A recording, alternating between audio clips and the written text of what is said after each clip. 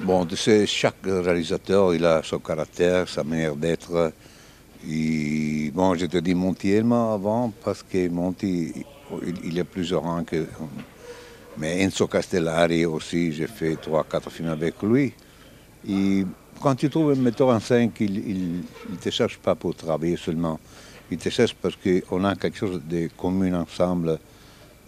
Donc alors, c'est plus facile de trouver la dimension dans le travail parce que jouer, c'est contre nature, je dis tout le temps. Donc jouer, quand lui il te demande une chose, le metteur te demande de faire une chose, tu l'as fait parce que tu as un rapport d'amour.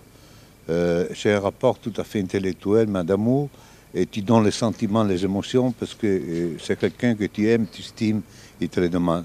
Pas parce qu'il est metteur en scène, il te paye pour ces choses-là. Donc, c'est très difficile d'arriver à trouver un bon rapport avec le metteur en scène comme ça. Et quand tu le trouves, alors là, oui, c'est un cadeau.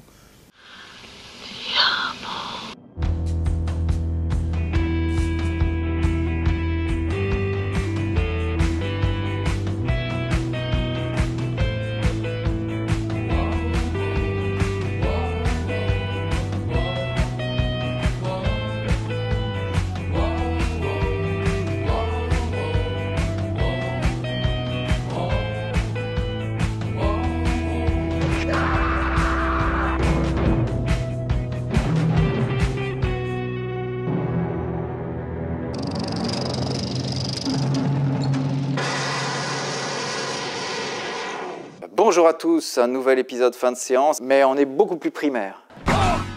Là, on est dans le rentre-dedans. Il n'y a pas de... Enfin, ici, il y a toujours de la politique, puisque c'est la base. Il y a quelques années qui ont passé, que voilà. Mais on y va, quoi. Et nous allons commencer.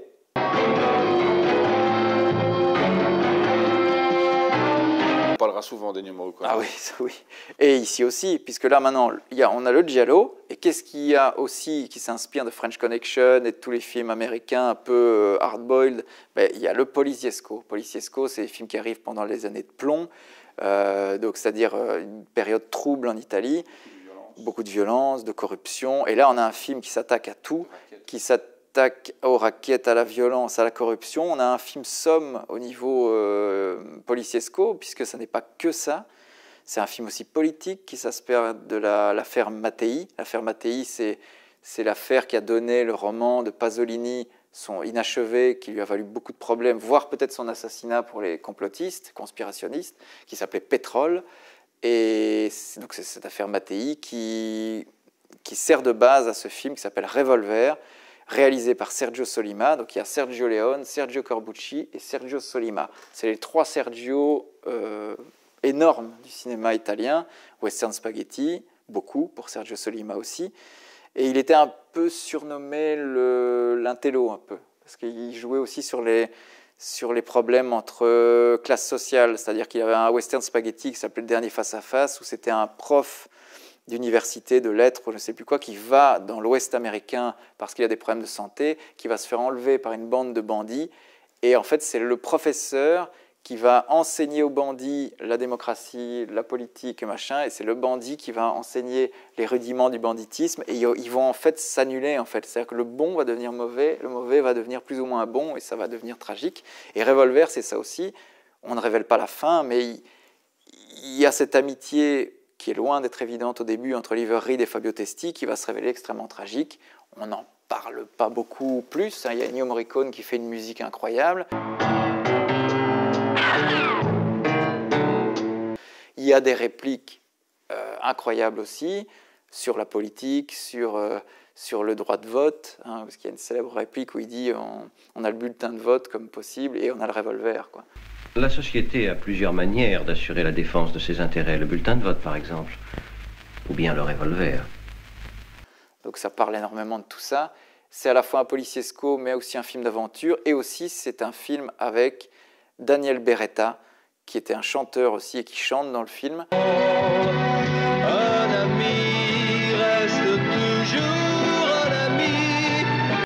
Qui fait la bande-son du film, le générique. Et qui est la voix de Schwarzenegger. Voilà. T'aimes bien les omelettes? Tiens, je te casse les œufs. Et qui vient de mourir il n'y a pas longtemps. Donc voilà, donc ce film est une espèce de bouillon où il y a tout le cinéma du monde en un seul truc. Ça se passe en Italie, dans les Alpes, puis à Paris. Donc on est vraiment dans un film, bon, plus que dans un policiesco. On gravite dans plein de choses. Donc un film à conseiller. Sébastien, un peu moins aimé. Moi, je trouve que c'est un très très bon film. Oui, voilà, c'est pas que j'ai bien aimé le film, mais bon, j'ai vu tellement en peu de temps de Testi que voilà, je me dois d'être un peu, on va dire, sévère, comme le dirait Noël Godin.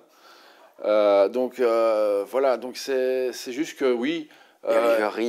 Non, en fait là, c'est peut-être le seul film où Testi arrive peut-être pas à surpasser la vedette qui joue avec lui. Et là, je le reconnais, Oliver Reed qui fait partie de mes acteurs préférés, même si ça peut paraître paradoxal, parce qu'ils ont eu quand même pas mal de soucis avec lui durant le tournage. Juste parce qu'il était porté sur la bouteille. Hein. No, ma Oliver poi era una persona molto caruccia, civile, fino alle 2, alle 3 del pomeriggio, diciamo verso la 25-26esima bottiglia di vino, reggeva abbastanza. Poi dopo qualche momento di cosa, quindi bisognava raggruppare le sue scene nelle prime bottiglie, insomma, diciamo. Bah, un acteur incroyable. Dernier rôle, c'était Gladiator, où il a dû être terminé numériquement parce qu'il n'a pas fini ses scènes et il a fallu prendre un acteur et mettre le visage d'Oliver Reed sur les derniers plans dans Gladiator. Enfin, il a tourné jusqu'au bout. Ah ouais, magnifique acteur. Et c'est le plus beau Athos dans Les Trois Mousquetaires de Richard Lester. Pour moi, c'est le meilleur Athos. Il a une façon de se battre incroyable. Fait plein de... Il se sert de sa cape comme personne. Enfin, c'est... voilà, je suis d'accord. J'adore ce mec. Mais sinon, globalement, j'adore ce film. Il y a tout, comme Stéphane l'a dit. On sait pas, on s'emmerde pas. Ouais.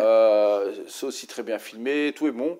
C'est juste que voilà. Belle scène de bagnole. Oui, voilà, donc ça reste quand même au-dessus du panier, quoi, donc, et de loin. Et maintenant, on parle d'un film avec un réalisateur très soudé à Fabio Testi qui s'appelle Enzo G. Castellari, le mec qui a fait les premiers Inglourious Basterds que Tarantino a remaké à sa sauce. On va vous en parler, enfin un film incroyablement dans cette veine-là, un peu plus tardif puisqu'on est là tout de suite en 76, alors que Revolver était 72. Mais ça reste dans le même genre, ouais. Hein, dans le même... Mais on est beaucoup plus primaire.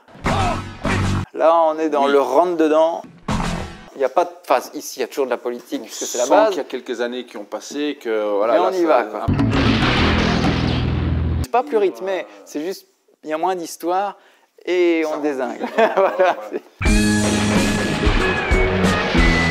Mais là aussi, on peut dire que, par exemple, dans ce film, les criminels sont vraiment affreux.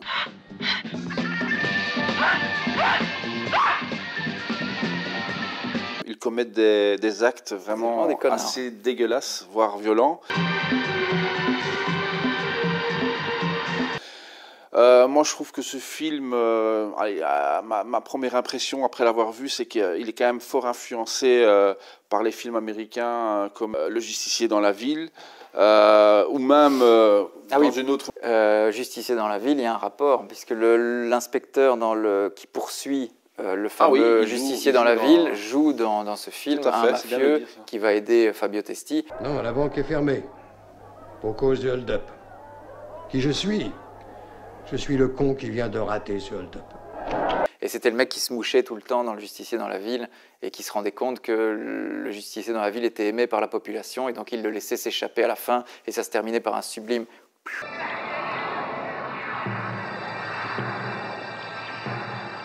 Et donc, il y a d'autres influences, hein, donc, notamment la French Connection, évidemment. Il y a Le Cercle Noir, pour la réunion des chefs de mafia.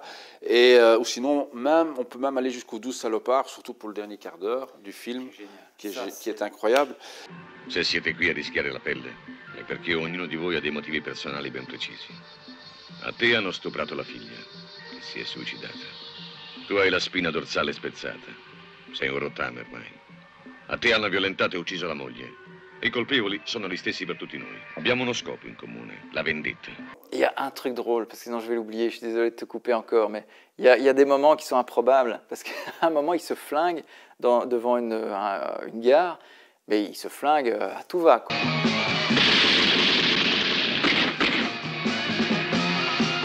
Les flics ne prennent aucune précaution pour les gens, et puis il y a des gens, un type qui reviennent d'un championnat de ball-trap, et le mec il dit « Ouh là là, ça tire !» Et il vient tirer, donc il dit un championnat où il tire sur des assiettes en machin, et il tire sur tous les gens, et à la fin il dit « Bonjour, qui êtes-vous » Bien, calme-toi. Inspecteur Palmieri. Mon nom est Rossetti. Je descendais du train, je viens d'un championnat de ball-trap. J'ai entendu tirer, je suis intervenu. Je vous remercie de nous avoir aidés. Oh rien, j'étais un champion de ball-trap, je suis venu aider, c'est incroyable, ça n'a aucun sens, tu vois. Ouais, mais c'est marrant. Non, mais c'est génial parce qu'il revient après, tu vois, parce qu'après mais c'est tellement improbable, et tu te dis, il n'y a que là-dedans que tu peux voir des scènes comme ça, quoi.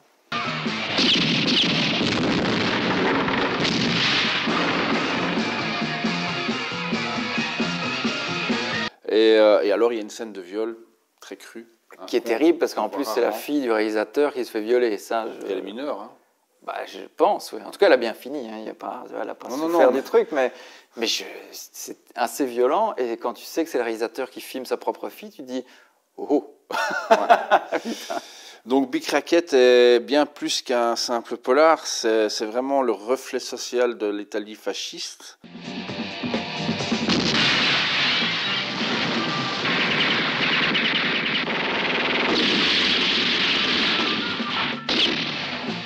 Une histoire d'un pessimiste et d'une violence assez rare.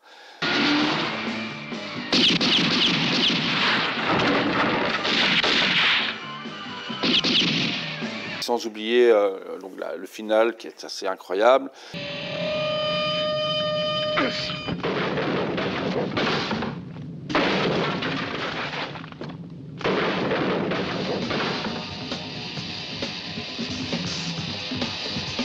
Et donc c'est vraiment un des films que moi j'ai vu les plus violents italiens de l'époque. Voilà, donc le message est assez clair, l'ambiance est clairement réactionnaire.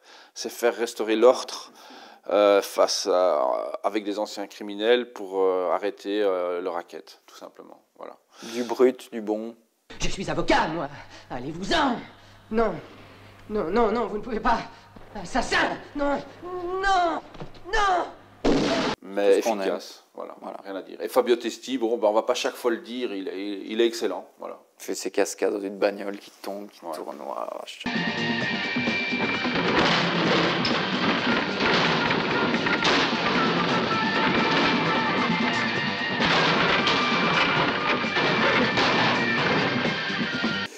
Et puis ouais, le duo avec ce mec qui jouait dans Justice dans la ville, j'ai oublié le nom, mais je ne connais que lui.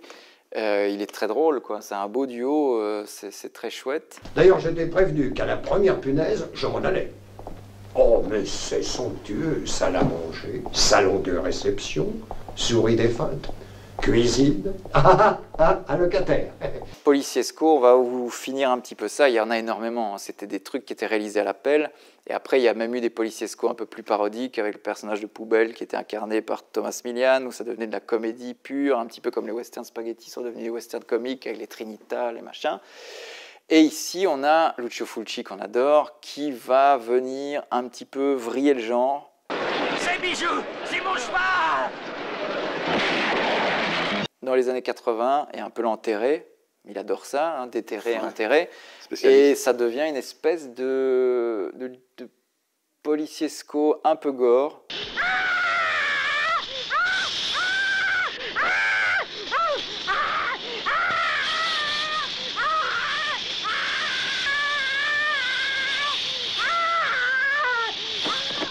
Il était connu pourquoi? Pour French Connection, hein, Bozuffi.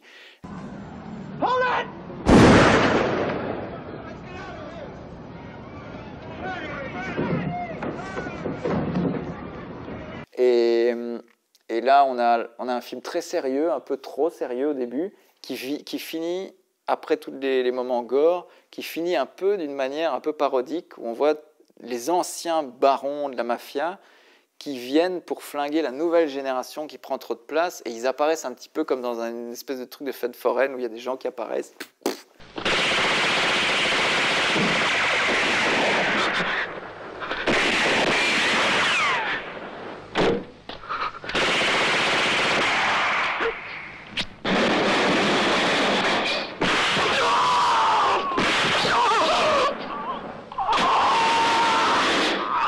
très drôle et drôle. incongru comme ça. Tu vois, On s'y attend pas, surtout avec le début du film. Qui est plutôt sérieux, voire même très documentaire, parce que c'est comment les bateaux acheminent la drogue, les machins, les trucs.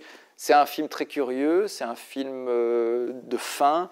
Toi, tu es un peu plus mitigé. Moi aussi, d'ailleurs, je pense que... Oui, disons que c'est pas le plus soigné, quoi, c'est tout. Soigné, il l'est, mais je veux dire, il y a des défauts, quoi. Il y a plus de défauts. C'est plus dans l'histoire qu'il raconte, quoi. C'est plus compliqué. Je crois que il complique un peu plus, alors que c'est vrai que Raquette, il n'y a pas aucune complication. C'est droit dans le... Voilà.